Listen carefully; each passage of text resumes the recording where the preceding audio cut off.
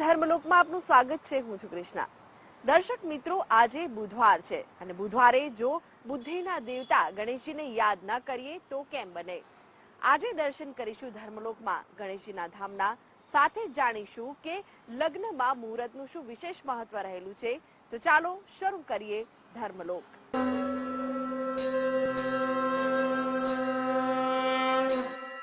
અમદાવાદના લાલ દરવાજા વિસ્તારમાં આવેલું છે સિદ્ધિ વિનાયક ગણેશજીનું મંદિર। મુંબઈમાં જે સિદ્ધિ વિનાયક મંદિર છે તેટલો જ મહિમા આ ગણેશ મંદિરનો છે। અહીંયા ગણેશ ચોથ હોય, મંગળવાર હોય ત્યારે ગણેશ ભક્તોની લાંબી લાંબી કતારો લાગે છે। ભક્તો ગણેશજીના શરણે આવીને તેમના ચરણોમાં શીશ ઝુકાવે છે। એવી માન્યતા છે કે અહીંયા ભગવાનને લાડુનો ભોગ ધરાવવાથી ગણેશજી ભક્તોની તમામ મનોકામના પૂર્ણ કરે છે। આ મંદિર પેશવાકાલીન છે અને એટલે જ એનો મહિમા વધી જાય છે। તો ચાલો દર્શન કરીએ લાલ દરવાજામાં બિરાજતા ગણેશજીના। ઓમ નમો સિદ્ધિ વિનાયક વિશ્વ વિનાયક નમઃ। ઓમ નમો સિદ્ધિ વિનાયક વિશ્વ વિનાયક નમઃ। श्री अष्ट विनायक नमः, श्री वरद विनायक नमः।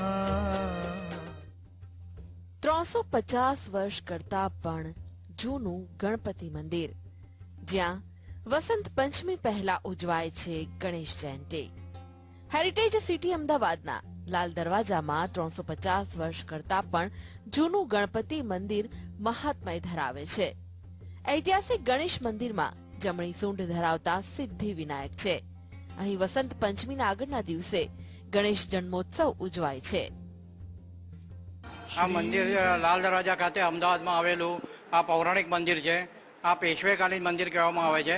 સાબરમતીના પૂર્વ કિનારે આવેલું છે। જૂનામાં જૂનું મંદિર અમદાવાદ ખાતે ગણપતિનું આ એક લાલ દરવાજા ખાતેનું આ જ છે। જમણી સૂંઢના ગણપતિ છે, એમની સાથે રિદ્ધિ સિદ્ધિ બિરાજમાન છે।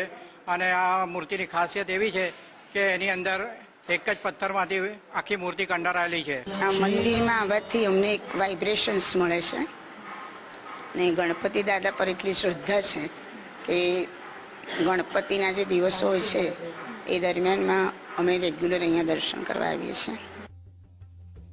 દુનિયામાં કેટલીક એવી જગ્યા હોય છે જેને જોઈને આપણને એ અનુભવ થાય છે કે આખરે અહીં કોઈક હશે, કોઈક એવી શક્તિ જેને સૃષ્ટિનું સર્જન કર્યું છે। આજ અકલ્પનીય અનુભવોથી શોધ થાય છે કે પૃથ્વીનો દોરી સંચાર આજકાલથી નહીં પરંતુ વર્ષોથી શક્તિઓ પાસે છે। વર્ષોથી આ પવિત્ર જગ્યાઓ પુરાવા આપતી રહી છે, જ્યાં અનેક લોકોને પરચા મળ્યા છે। માનો કે ન માનો, દુનિયાની આવી અદ્ભુત અકલ્પનીય શક્તિઓ આપણી વચ્ચે જોવા મળે છે। આપણે કોઈક સ્થળ પર જઈએ અને શક્તિનો અનુભવ થાય। આ અનુભવ એ આપણને ભક્તિની દિશામાં લઈ જાય છે અને આ ભક્તિની દિશા જાય છે અમદાવાદ શહેરના લાલ દરવાજા વિસ્તારમાં, જ્યાં વસંત ચોકમાં પૌરાણિક ગણેશ મંદિર છે। હું લગભગ અહીંયા 10-12 વર્ષથી આવું છું। પહેલા તો મને એટલી બધી શ્રદ્ધા, એક દિવસ આવી ને અહીંયા ગણપતિ છે પણ અંદર મૂળ ગણપતિ છે। પછી મેં દર્શન કર્યા પછી ખૂબ આસ્થા વધી ગઈ મારી। મારા બાબાને વિઝા લેવાના હતા તો ફક્ત 2 વાર હું ચાલીને આવી ને ત્રીજી વાર તો પહેલા એને વિઝા મળી ગયા અને બધા એક્ઝામમાં પાસ થઈ ગયો અને સરસ રીતે અત્યારે સેટ થઈ ગયો છે। પ્રથમ દેવ ગણેશ લોકમાન્યતા અનુસાર જેવો મહિમા મહારાષ્ટ્રના સિદ્ધટેક સિદ્ધિ વિનાયકનો છે, તેવો જ મહિમા લાલ દરવાજા વિસ્તારમાં આવેલા સિદ્ધિ વિનાયકના દર્શનનો છે। જે ભક્તો અહીં દર્શનાર્થે આવે છે તે આસ્થા સાથે ગજાનન ગણેશ સામે શીશ ઝુકાવે છે અને ધન્યતા અનુભવે છે। કહેવાય છે કે ગણેશજીને લાડુનો પ્રસાદ અતિ પ્રિય છે। આથી જ અહીં આવતા દર્શનાર્થીઓ ગણપતિ બાપાને બુંદીના લાડુ ધરાવવાનું ચૂકતા નથી। બુંદીના લાડુ ધરાવીને ભક્તો ગણેશજીના આશીર્વાદ લે છે અને તેમની તમામ મનોકામના પૂર્ણ થાય છે। ગણેશજી અહીંયા ભક્તોને આશીષ આપવા જ બેઠા છે અને એટલે જ આ મંદિરનું મહત્વ વધી જાય છે। આ મંદિરમાં તો અમે 25 વર્ષથી આવીએ છીએ। પહેલા તો ઘણીવાર એવું હોય કે આખો દિવસ બહુ ભીડ હોય તો અમે રાત્રે 11 વાગે આવીએ। કોઈક વાર એવું લાગે કે સવારથી ભીડ થાય છે તો સવારે બહુ વહેલા આવી જઈએ.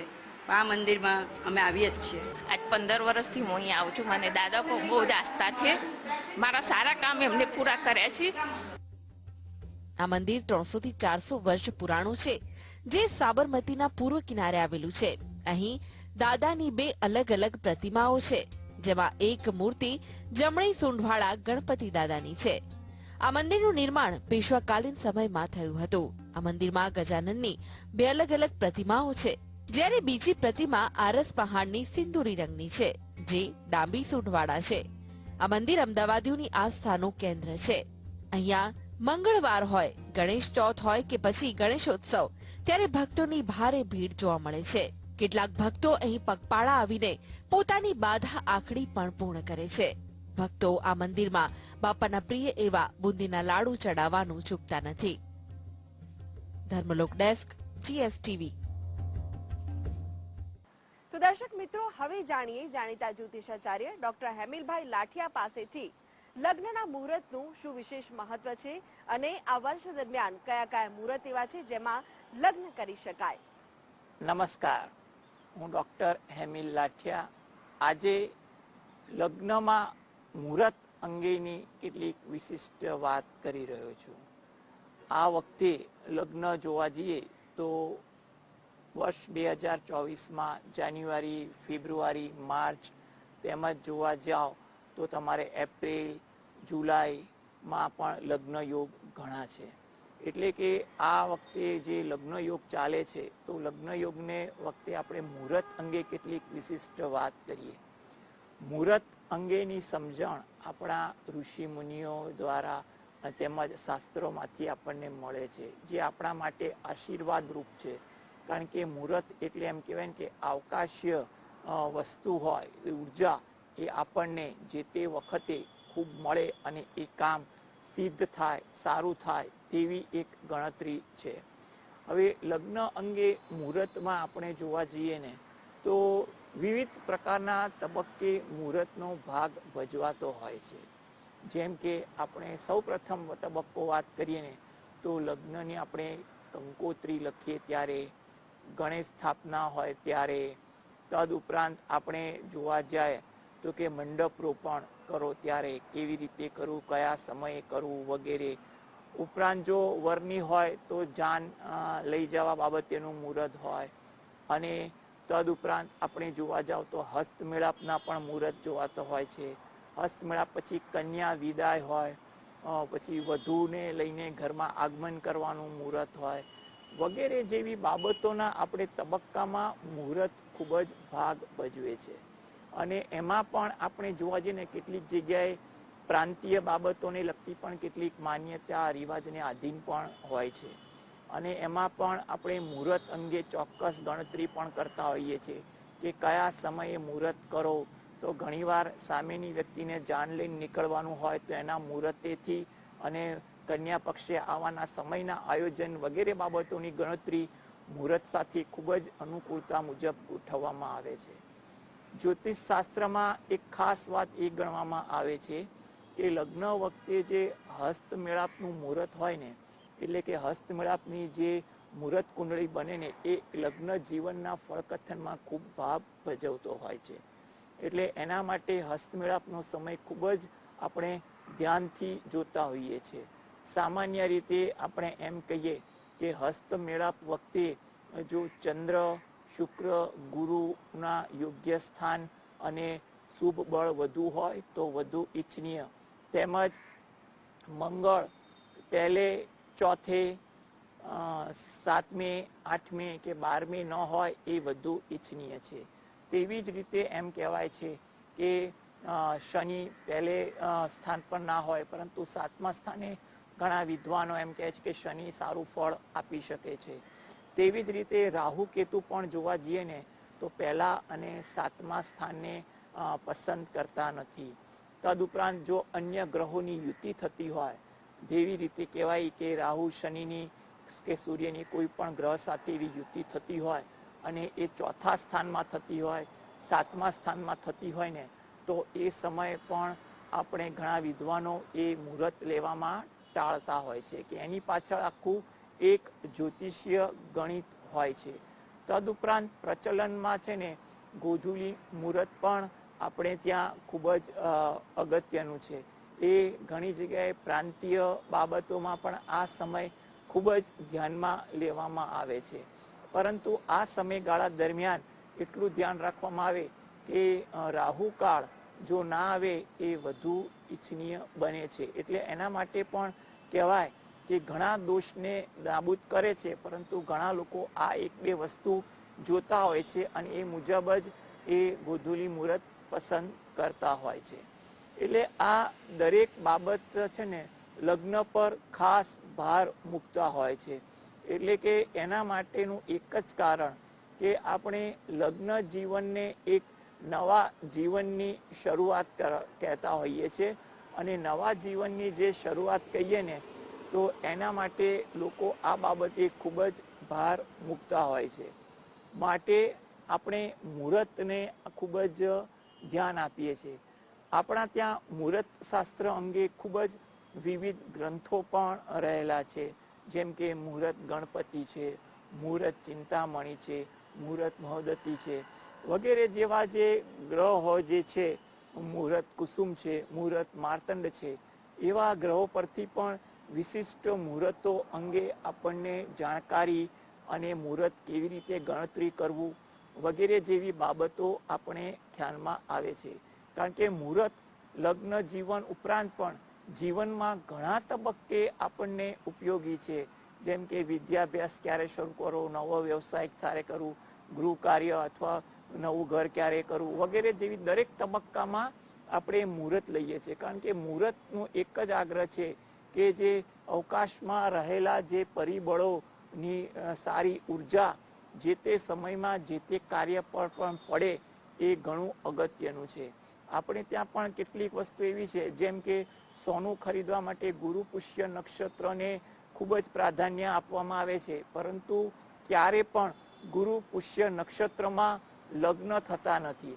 એટલે એવી કેટલીક વિશિષ્ટ બાબતો પણ આપણને મુહૂર્ત ગ્રંથમાંથી જાણવા મળે છે કે કયા મુહૂર્તને કેમ કેવી રીતે આપણે અમલમાં કરવું.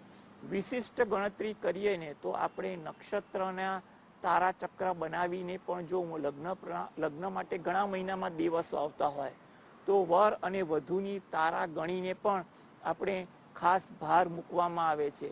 વર વધુનો આપણે ગુરુ અને ચંદ્ર મુહૂર્ત દરમિયાન કયા સ્થાનમાં આવે છે ને એનું પણ આપણે વિશિષ્ટ ધ્યાન આપવામાં આવે છે. એટલે કે ચંદ્ર જો યોગ્ય સ્થાનમાં હોય ને તો બંનેની માનસિક સ્થિતિ સારી રહે વગેરે જેવી વિસ્તૃત વાતો જે છે ને મુહૂર્ત ગ્રંથમાં આપણને ખૂબ જ વિસ્તૃત રીતે આપણને સમજાવતા હોય છે. એટલે આપણા માટે લગ્નમાં મુહૂર્ત જોવા જઈએ ને તો ખાલી હસ્તમેળાપ સિવાય પણ વિવિધ તબક્કાઓમાં આપણે કરીએ છીએ અને દરેક તબક્કા પાછળ આપણને ધાર્મિક વિધાન પણ રહેલું છે કે કંકોત્રી લખવા માટેનું કારણ શું અને ગણેશ સ્થાપન માટેનું કારણ શું, નવગ્રહ માટેનું પૂજનનું કારણ શું.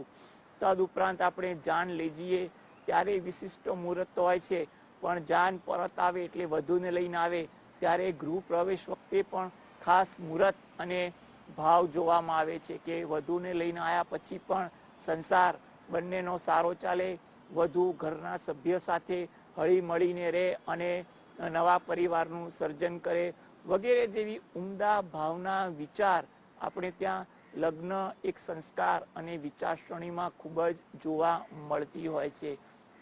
અન્ય જગ્યાએ પણ કેટલીક જગ્યાએ કેટલીક લગ્નમાં બાબતો રહેલી હોય છે.